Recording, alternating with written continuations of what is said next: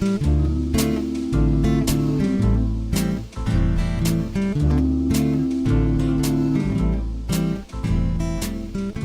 The Log. I'm Charles Purcell. And the first first episode of 2021. Wow, it's going to take a little getting used to. We last spoke on New Year's Eve, the 31st. Had a nice little chat over the weekend on air with our flagship station, River West Radio, having their anniversary festivities. 5 years. Beginning their 6th year. So they had a nice little on-air fundraising event and celebration with many of their producers. River West Radio, oh man, just the best example of community radio you're going to find. I highly encourage you to seek out the community radio station wherever you are. And if you're here in Milwaukee and not yet familiar, I can't imagine how that's possible, but not yet familiar with River West Radio, oh mercy, check them out, riverwestradio.com. So much great original content. Yeah, I always keep telling you, in your media consumption, cut out all the fat. You don't need it. Unplug. You got a little PBS, you got a little NPR. That's all you really need. And your main diet, of course, should be non-corporate or even anti-corporate media. Good stuff out there to be found, and your local community radio station, I'm telling you, that's where you want to go. So that was really nice. I enjoyed that, talking with Zav and Martin, the two guys who keep the lights on and keep the doors open over there. Good job. Speaking of media, something that'll help you out. Now, I might be late to the game. You might know about this already, but I just discovered Outline.com. This is not a commercial. They're not a sponsor. I'm just telling you, I discovered this great little service, and now I use it constantly. It's Outline.com. Very simple. And if you're having any trouble reading an article online, it's just not loading properly, or there are a bunch of pop-ups, and it's a pain. And it happens all the time. It happens to me constantly. All you do is copy the URL and paste it into the window at Outline.com, and the article will come up for you, clean and beautiful, with zero pop-ups, with zero ads, and you can read the article in peace. I'm using this every day now. And again, I might be late to the game. Maybe you already know about this. Maybe everybody knew about it. I don't know. I'll have to ask around. But I'm telling you, it's changed my life. And I even used it a few times for things I wasn't allowed to read because I'd run out of my allotment of free articles. You know, the Washington Post, the New York Times, Atlantic, New Yorker, everybody. So many of them will give you a couple, 3, 4 articles a week or a month, whatever they decide. And then after you go over your limit, you can't read without paying for a subscription. Well, I'm happy to support a couple of outlets, but I read way more than I can afford. So on a couple of occasions, I've just copied the URL, took it over to Outline, and they copied it and let me read it. It doesn't work every time, but it worked a couple of times. I was able to go over my limit. So again, this is not an ad. They're not a sponsor. I'm just telling you as a public service, if you don't already know about Outline.com, I know this does sound like an ad, but I swear it's not. Yeah, just copy and paste. Get that URL, bang it over to Outline, and there you go. Well, it's opposite day in Kenosha, Wisconsin. Opposite day. All right, so it looks like they're going to hand down their decision on the shooting of Jacob Blake and the police officer that shot him in the back several times. All indications are they've already made it, but they just haven't told us yet. Well, they're going to reveal their decision on whether or not to charge this police officer. Just as a quick reminder, Jacob Blake was getting into his car. This was back in August. Shot several times in the back by Kenosha police officer Rustin Shesky. All of it caught on tape. All of it pretty brutal. And, of course, resulting in several nights of pretty intense protest. And the Orange Menace comes to Kenosha, the whole blah, blah, blah. Well, okay, here's the deal. The charging decision is at hand. They're not telling us what the decision is. They're not telling us exactly when it will be announced. But apparently tonight, the Kenosha Common Council is going to vote on a so-called emergency declaration. In other words, they're going to lay out a bunch of rules and logistics in anticipation of the protests that will follow the announcement. So they're just figuring they're going to be big protests, and they're planning for that. Now, the reason I say it's backwards day is because this emergency declaration pretty much just assumes that the protesters are the bad guys and that the city somehow has to shore up this big defense against them. That's the mindset they've got going in. So there's going to be a curfew. They're going to close streets and parks and other city facilities. They're going to cordon off designated protest zones.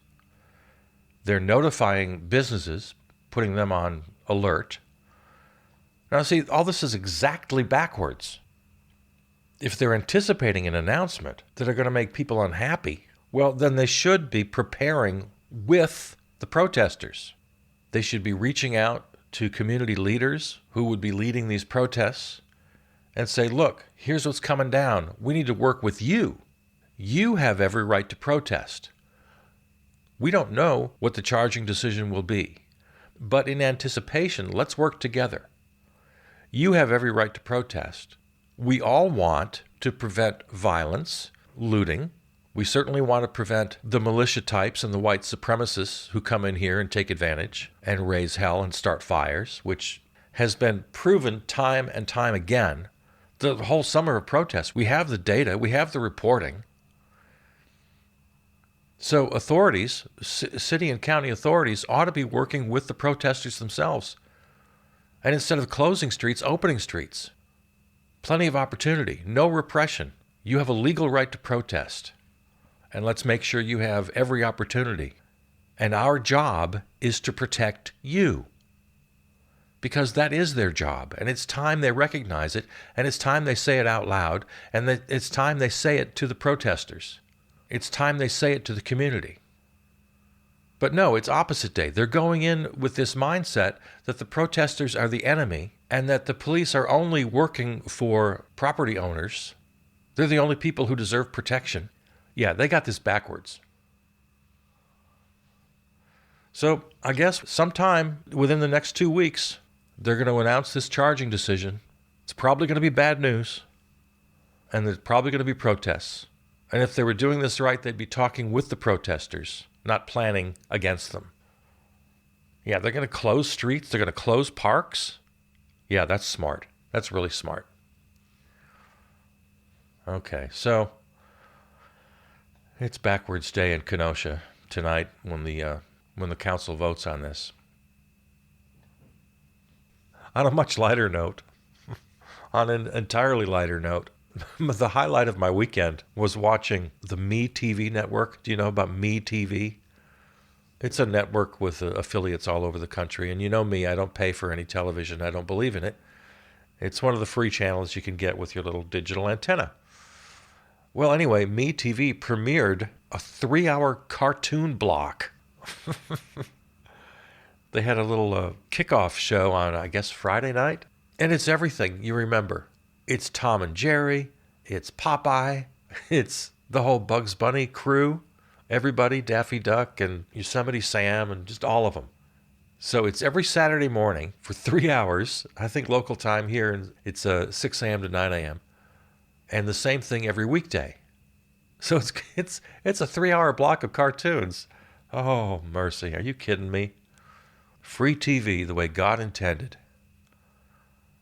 And so I watched the kickoff show. The very first cartoon episode was Killed a Wabbit, Killed a Wabbit. Where Elmer Fudd is out hunting for Bugs Bunny, and it's the whole opera thing. Oh, Killed a Wabbit. It was fantastic. Also in that same evening of entertainment was the singing frog. Remember that? Hello, my honey. Hello, my baby. Hello, my ragtime gal. Yeah, do you remember the singing frog? Guy discovers a singing frog and exploits him to make millions, and the frog winds up ruining his life. and he tries to dispose of him by putting the frog in a box and then putting him in the cornerstone of a new building. So he's done with the frog forever. This was made in 1945, something like that. Well, at the end of the cartoon, the building is coming down because it's 100 years later. It's 2056. There's a little caption that says 2056. And so the building comes down and the cornerstone opens up and out comes the frog singing, "Hello, my honey. Hello, my baby. Hello, my ragtime gal." It's just so silly. The reason I wanted to bring it up, I took note that according to Merry Melodies and Chuck Jones and the creators of this cartoon, in 2056 we'll all be wearing space helmets here on Earth. Everybody in 2056, according to this cartoon, is wearing helmets. So I took note of that. We talked the other day about the air purifying helmets that are now available, and it was my prediction that they would become commonplace. Well, according to Chuck Jones back in did I say 45? No, 55, yeah. According to Chuck Jones back in 1955, that was their prediction, that 100 years in the future we'd all be wearing these clear bubble helmets.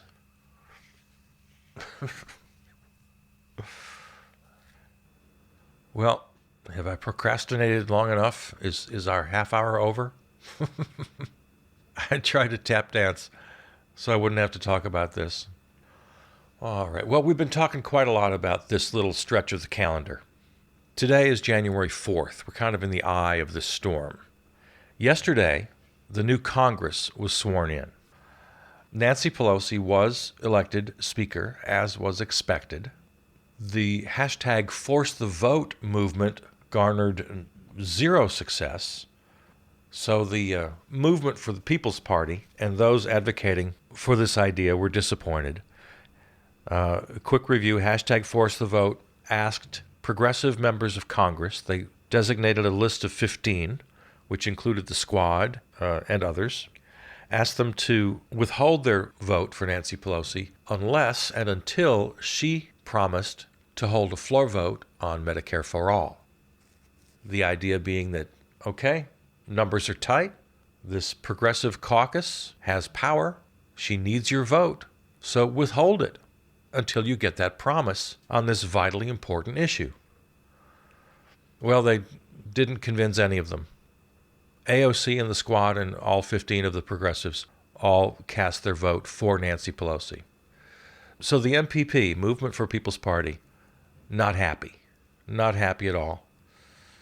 And I thought this tactic was a good idea. I supported it. I didn't put all my eggs in this particular basket. I didn't quite shout it from the rooftops as others were. But I generally saw it as a good idea. I saw it as one tactic. The general philosophy I absolutely endorse.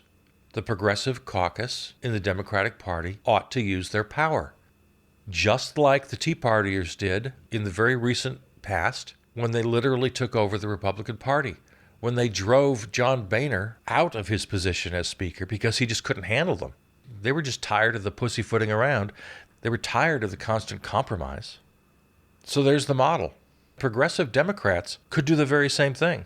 They could become belligerent, they could throw their weight around, and they could force the Democratic Party to do the right thing once in a while.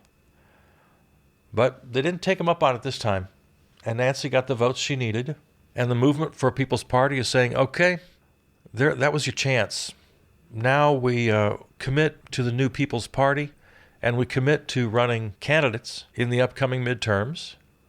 And it's a little bit of a hybrid affair, which I'm also fine with. Can run as an independent, but even better, run as a primary challenger to incumbent Democrats. I'm for it. And here we are. Here we are. Of course, things are moving so quickly.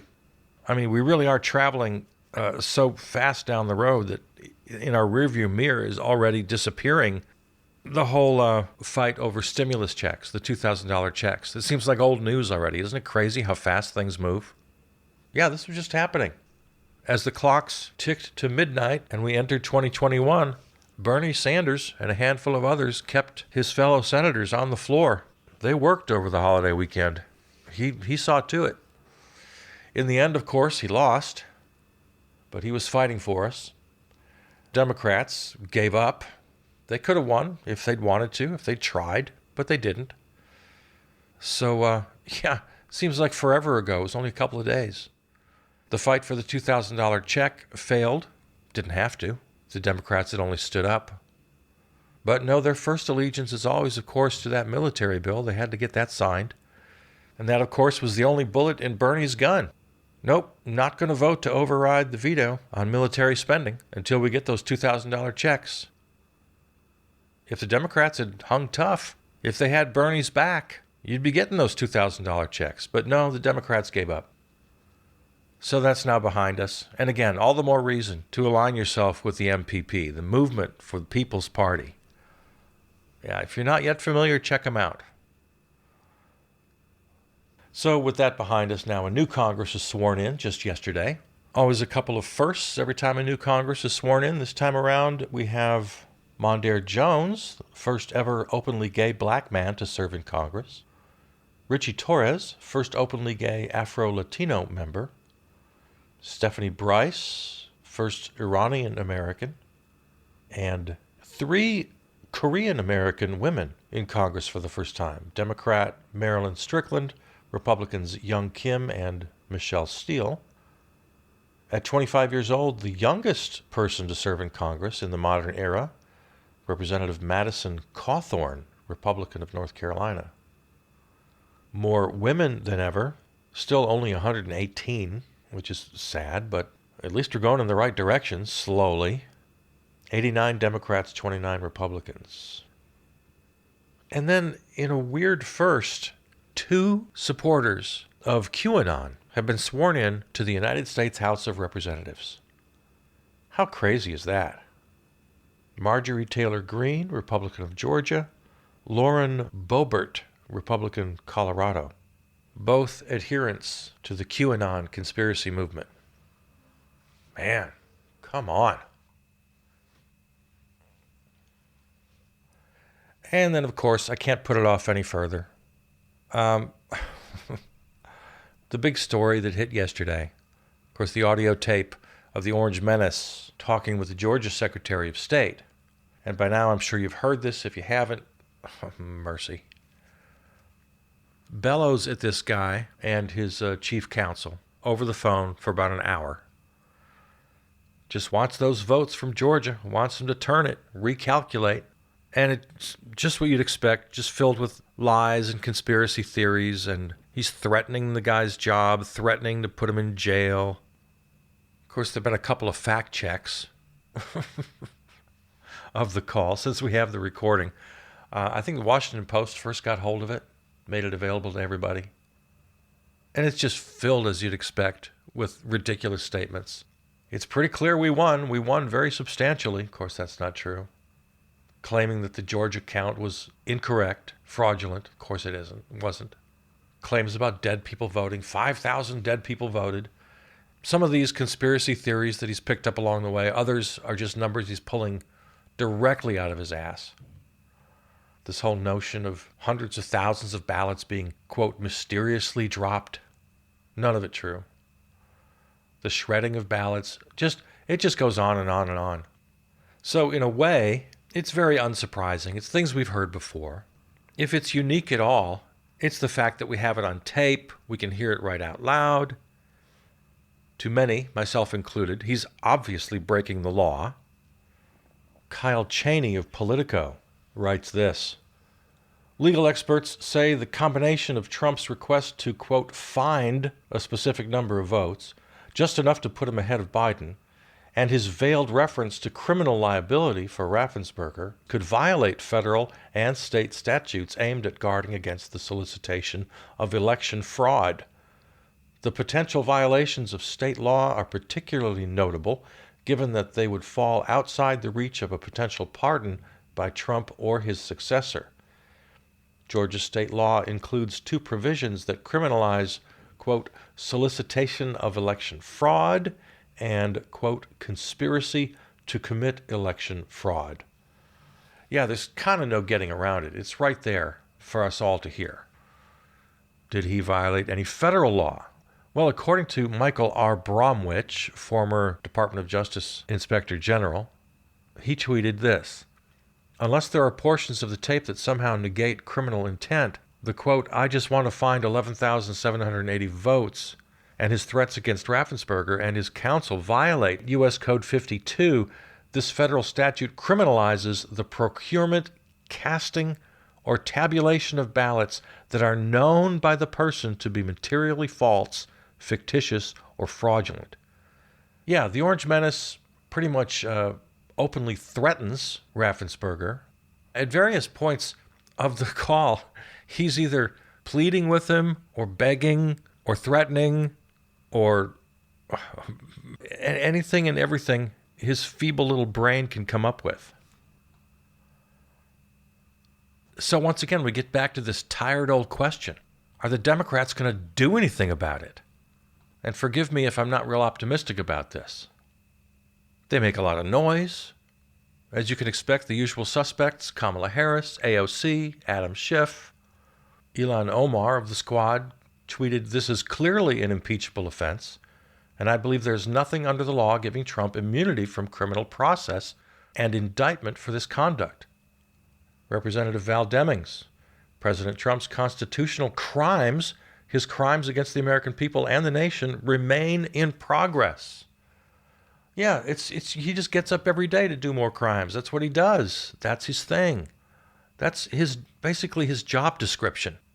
Get up, have a bowl of Fruit Loops, watch Fox and Friends, do crimes. That's his schedule. This one we happen to hear. Now, you and I have talked at length about impeaching this guy, about invoking the 25th Amendment. We keep hoping beyond hope that Mike Pence might find a spine, might find a soul, but instead he goes in the opposite direction. He's actually spoken up in support of what Ron Johnson and Ted Cruz and these other senators are going to pull 2 days from now on Wednesday when they object to the electoral count. So we keep asking Mike Pence and the cabinet to step off the ledge and invoke the 25th, but it was always the most unlikeliest of events, but still we called for it. And we've been calling for impeachment all along. There are 100 reasons, 1,000 reasons to impeach this guy, a new reason every day, and now we finally got other people saying the word out loud because of this. And I'll remind you why this is important. Yes, there's only 2 weeks and a couple of days till inauguration, but that is plenty of time. You can do this in a day or two. You can draft articles of impeachment, the House can vote, and this guy can be impeached within a matter of hours. So there's no trouble with the timeline. Now, finishing the process and getting it to the Senate for the trial and all of that, sure, that would be trouble. Unless, and this is how this all comes together, the two Democrats win in Georgia. All of a sudden, we have Senate Leader Chuck Schumer instead of Senate Leader Mitch McConnell. Oh, now that I say that out loud, that doesn't sound very promising either. Chuck Schumer would not. You can't count on this guy for anything. But the point being, okay, without that little sad sidelight, the criminal case against the Orange Menace is strong.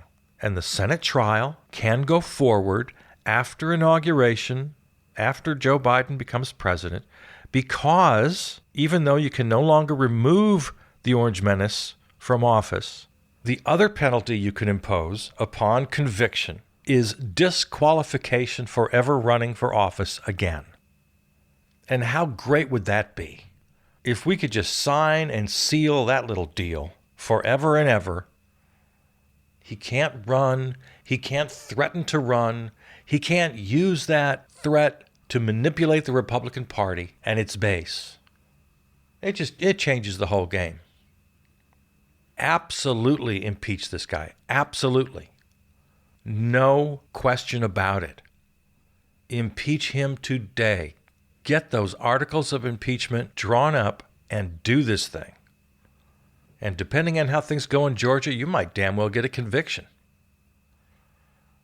And President Joe Biden, you don't have to be personally involved. Just get out of the way. Tell your new attorney general, go ahead. A whole boatload of crimes you can investigate regarding the Orange Menace and his administration. Go ahead. Go for it. Put people in jail. The state of Georgia, the state of New York, Whoever has the goods on this guy. Doesn't have to be front page news every day. I'm not saying we have to be obsessed with this. Nope. Put it on the back pages, but keep it moving. Put a bunch of people on the job. Put this guy in an orange jumpsuit and put this whole damn crime family in jail. People have this ridiculous notion about healing the nation by forgiving him, by forgetting about him. Are you kidding me? Talk about opposite day. That's exactly the opposite. The only way this nation heals, the only way this nation moves forward, is to pursue every possible legal avenue against this guy. And in the end, maybe the most important point of all, we have to mete out every ounce of justice with regard to the Orange Menace in order to rid ourselves of the absolute stink that he's created. Remember the Seinfeld episode where a parking valet with extreme body odor infests Jerry's car, and try as he might, he can't get that BO cleaned out of his car? And not only that, then the BO attaches itself to anybody who rides in the car. That's what the Orange Menace has done to us. He's infected the entire country and every one of us with his stink. The Orange Menace has tainted this nation. He's tainted the presidency, all of Washington, all of us. He's debased us as a nation, as a people, divided and destroyed the body politic practically beyond recognition. And that stain, that odor, that vile presence will become a permanent fixture of who we are unless and until we stand up and say no more. A 100% rejection, defiance of his power and influence, which will continue well past January 20th if we allow it. But we can't allow it. We have to loudly and boldly say no, and the mechanisms of justice in this country, from Congress to the Department of Justice to state prosecutors, have to put their absolute full and unfettered energy into convicting this guy, punishing him, and destroying every last vestige of his vile stink. Anything short of that, and this putrid orange odor will just hang in the air and penetrate our politics and our culture. The very fabric of our nation just permanently funkified. We can't have this. No, we can't let that happen. We cannot let that happen. Somebody in the halls of Congress, in the halls of power, do the right thing. Censure this guy, impeach this guy, convict this guy. All right, well, like I said, today's the eye of the storm. It's the 4th. That means you know what tomorrow is. It's Election Day in Georgia. And then it's January 6th, and the Orange Menace and his troublemakers are calling for violence in the streets, while seditious members of Congress play their dirty game inside the Capitol. Oh, it's a hell of a week. It's a hell of a week. Let's hang in there together, see what tomorrow brings. I love you. I'm Charles Purcell.